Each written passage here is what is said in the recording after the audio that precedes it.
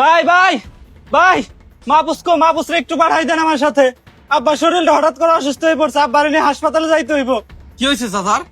মাহফুজ, ও মাহফুজ, এদিকে আইতো ভাই। কি হয়েছে ভাই, আমার ডাকতেছেন কেন? চাচা হঠাৎ অসুস্থ হয়ে পড়ছে, তুই জুয়েলের সাথে যা, চাচা না হাসপাতালে যেতে হইব। ভাই আপনি এদিকে আসেন। ভাই আপনি জানেন না চাচির সাথে মায়ের ঝগড়া লাগছে? মা তো ওদের সাথে কথা বলতে না করছে, আর আপনি বলতেছেন চাচার নিয়ে হাসপাতালে যাইতে। মা যদি কোনোভাবে জানতে পারে তাহলে তো আমাদের উপর রাগারাগি করবে। তুই এগুলো কি বলতেছ? কিছুক্ষণের জন্য ভুলে যা চাচাদের সাথে আমাদের ঝগড়া আছে। শত হইলো সে আমাদের রক্তের, আমাদের চাচা। ঠিক আছে তুই থাক, আমি যাই। জুয়েল চল। ভাই দাঁড়ান, আমি যাইতেছি। ভাই ভাই আসেন। ভাই আব্বা অসুস্থ থাকার কারণে আপনাদের টাকাটা সময় মতো দিতে পারিনি। ভাই আমাকে একটু সময় দেন, আমি আপনাদের টাকা খুব তাড়াতাড়ি দিয়ে দেব।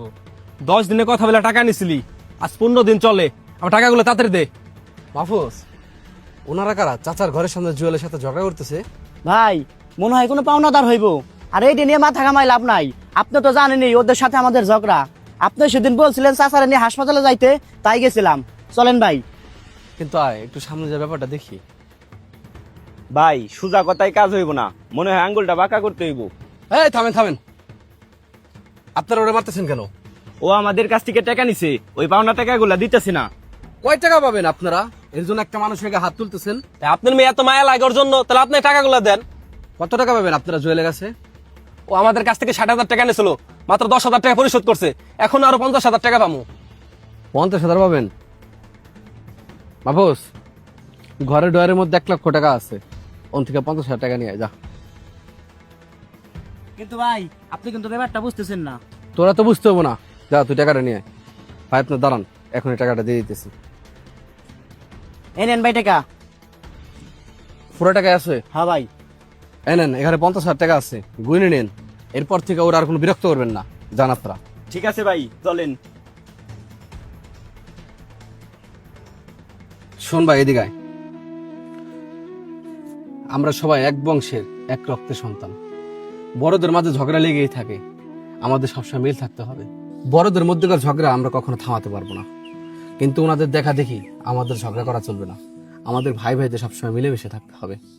একজনের আপদ বিপদে আমাদের আরেকজনকে এগিয়ে যেতে হবে। যদি আমরা এইভাবে ভিন্ন থাকি, একজনের সাথে আরেকজনের ঝগড়া করেই থাকি, অন্য মানুষ আমাদের এই ঝগড়া ফায়দা নেবে। বুঝতে পারছিস তোরা? শোন ভাই, একটা কথা মনে রাখবি, তুই ওর জন্য যতটুকু ছাড় দিবি, ও তোর জন্য ততটুকু ছাড় দিবে।